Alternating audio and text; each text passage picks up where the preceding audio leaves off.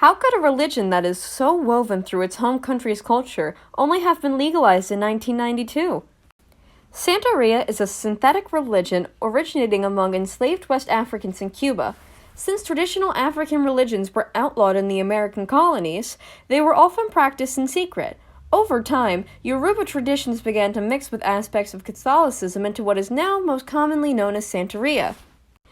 In modern times, Catholicism and Santería are often practiced alongside each other. There are two most commonly used names for the religion. Santería, meaning Way of the Saints, comes from the connection between Catholic saints and the Yoruban Orishas.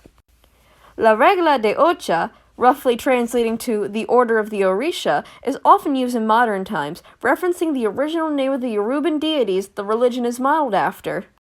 Some practices of Santería include divination, animal sacrifice, initiation, and spirit mediums who communicate with the Orishas.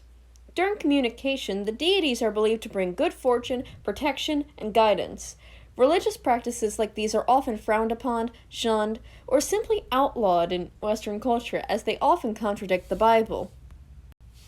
Due to the mass immigration of Cuban citizens to other countries in North and South America during the Cuban Revolution, Santería is now practiced in many places outside of Cuba. In the United States, it is most prevalent in the Cuban diaspora in New York City and Miami. It's important to remember that Santería isn't just a minor foreign thing that has nothing to do with us in the United States.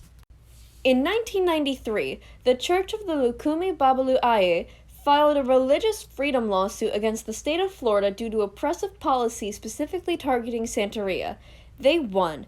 This is important to note because it demonstrates the persistence of those who practice the Santería faith and their unwillingness to give up what they believe in the face of persecution.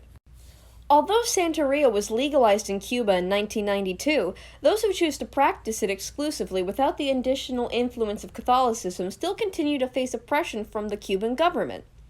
This is done using a combination of laws, surveillance, and harassment. Due to Cuban diaspora communities in the United States, this is also a very personal issue for many Americans, especially those on the East Coast. Although the religious persecution that is happening in Cuba may not affect them directly, the oppression of any part of a community is the shared pain of the entire group.